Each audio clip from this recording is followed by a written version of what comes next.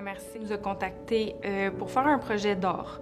Le projet d'art, au début, on se demandait à quoi elle allait nous servir. Pourquoi faire ça dans une entreprise comme la nôtre? Nous, dans le fond, on a un côté social qu'on essaie de développer. Et puis de s'impliquer dans l'art, pour nous, c'est une manière de démontrer notre ouverture. Pour nous, c'était important d'avoir un projet qui nous représentait, nous, selon nos valeurs.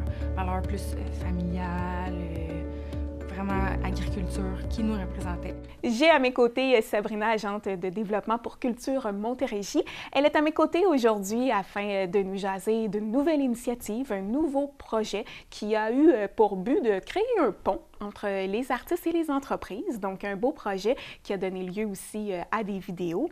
Donc, on va parler de tout ça ensemble. Tout d'abord, ce qui pique ma curiosité, c'est d'où est venue l'idée de vouloir créer un pont entre les artistes et les entreprises et pourquoi?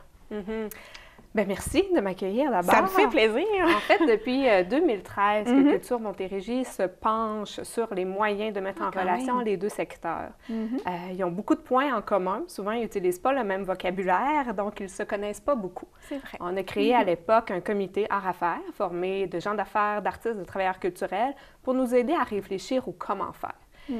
Et en 2017, on a eu l'opportunité, grâce à un financement de Patrimoine canadien, de développer des nouveaux volets, si on veut, dans un cadre qu'on a appelé « Créer l'engagement ». Et dans ces nouveaux volets-là, on a donc promotion et information sur l'actualité art-affaires, qu'est-ce qui se passe, qu'est-ce qui est possible, et surtout, faire rayonner des initiatives montérégiennes art-affaires dans notre région. Culture Montérégie, de par sa mission, doit appuyer le travail des artistes partout sur le territoire, favoriser la concertation, les partenariats, les collaborations. Travailler avec les entreprises de la Montérégie, c'est valorisant parce que les gens reconnaissent aussi qu'il y a des artistes sur le territoire, puis voient le professionnalisme des artistes sur le territoire. C'est le fun quand même de trouver des artistes de notre région pour faire fleurir ces personnes-là aussi, parce que nous, on peut faire de la pub dans notre région, les gens ils nous connaissent autour de nous, alors donner peut-être une visibilité pour ces artistes-là qui sont près de nous. Ça a un côté important parce que c'est chez moi.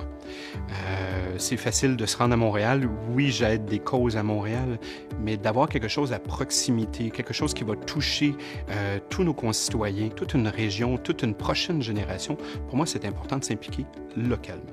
Il y avait un pont entre les deux, mais qui n'était pas traversé encore. Donc, souvent, les artistes travaillaient entre eux, les entrepreneurs aussi. Puis, quand vous avez amené l'idée du côté des entrepreneurs et des artistes, comment on a pris ça? Quelle a été la réaction des gens que vous avez approchés? Bien, il y a beaucoup plus de projets qu'on ne le sait. Oui.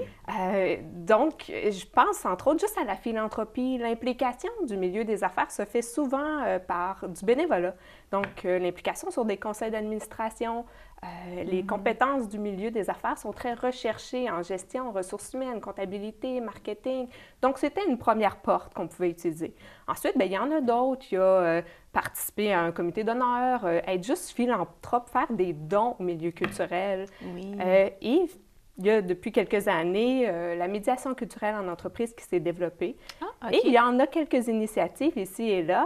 On a appris celle de Ceresco, donc on a décidé de la mettre en valeur parce que c'était un très beau projet de médiation culturelle en entreprise qui permettait de réunir les 150 employés pour créer une œuvre collective. Ah, Qui voilà, allait très symbolique, là, qui allait représenter les valeurs. Exactement, mais on la voit, j'ai visionné les vidéos, donc on la voit, puis c'est bien parce que, bon, tous les employés doivent participer, là, donc c'est tout le monde qui amenait son petit niveau de créativité, puis je pense qu'aussi au niveau des employeurs, ben ça solidifie peut-être le lien avec les employés, on vous implique dans un projet, dans quelque chose, puis il y a plusieurs artistes qui ont participé, donc on en voit quelques-uns dans les vidéos. Est-ce que c'était toujours le même qui se promenait dans les mêmes dans les différents projets ou chacun avait un projet à réaliser avec une différente entreprise? La première capsule qui a été lancée, c'était vraiment sur le projet de Ceresco avec les artistes Karine Landerman et Thalie Lévesque.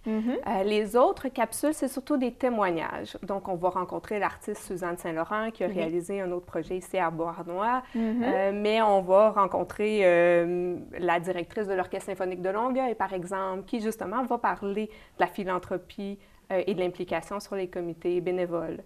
Donc, les autres capsules seront surtout des témoignages.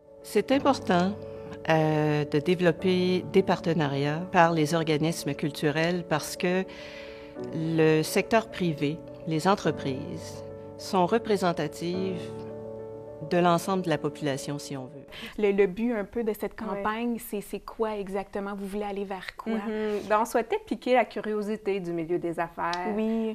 De les amener à envisager des partenariats avec le milieu culturel pour répondre à leurs enjeux également.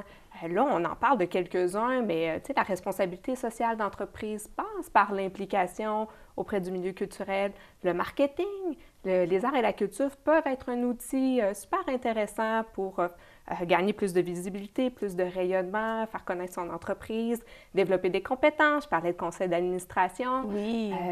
Et des enjeux comme, effectivement, la médiation culturelle en entreprise peut être un outil de consolidation d'équipe, on en a parlé, de bien-être au travail. On a un enjeu en Montérégie d'attractivité de la main-d'œuvre. Bien, ça peut participer à tout ça. Donc, l'objectif était de créer justement... Oui, il y a plusieurs branches de relier à ça. Là. Est-ce que tu me dis, là, les possibilités sont infinies? Multiples, et de démontrer exactement les possibilités et de donner envie d'essayer. Pourquoi pas? Pourquoi pas chez moi, dans mon entreprise? Voilà. Puis si jamais, il y a des entrepreneurs qui nous écoutent en terminant et que, ça les intéresse, s'ils veulent plus d'informations, donc on s'adresse à qui?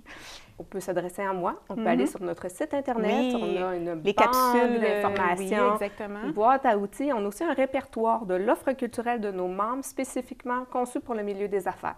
Donc, si on est à la recherche on veut mettre des œuvres sur les murs de notre entreprise, on veut faire des activités de consolidation d'équipe, on a besoin d'un maître de cérémonie pour animer un événement, une rencontre, notre party de Noël. Wow, il y a plein de services. Tout ça, tous les services sont disponibles en ligne sur notre site Internet. Si on n'est pas certain, on m'appelle. Voilà.